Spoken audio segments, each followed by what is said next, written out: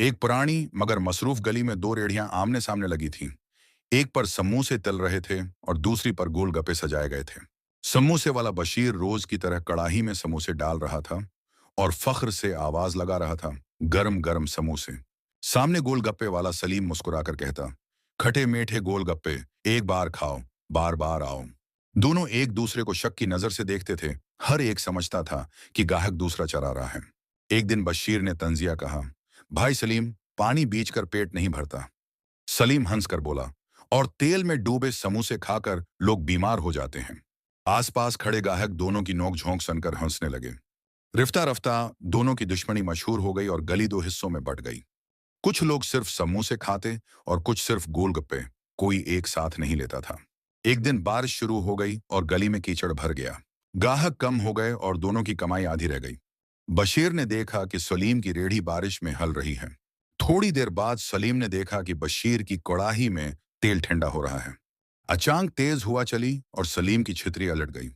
बशीर ने आगे बढ़कर सलीम की छतरी पकड़ ली। सलीम ने हैरत से देखा और आहिस्ता से कहा, शुक्रिया भाई। इसी लम्हे बशीर के चोले की आग बुझ गई। सलीम ने फौरन माचिस दी और कहा, ले भाई, दोबारा जला लो। दोनों एक दूसरे को देखकर मुस्कुरा दिए। बारिश रुकने तक दोनों एक ही छतरी के नीचे खड़े रहे। बातों बातों में पता चला कि दोनों गरीब घरानों से हैं। दोनों का ख्वाब था कि बच्चे अच्छे स्कूल में पढ़ें।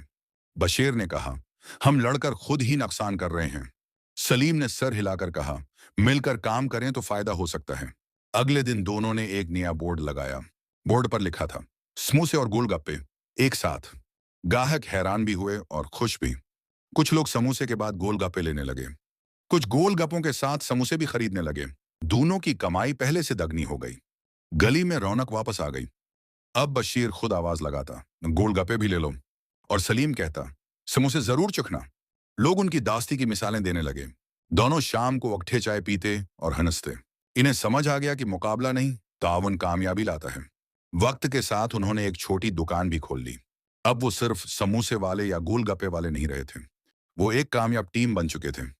कहानी हमें सिखाती है कि मिलकर चलने में ही असल फायदा है।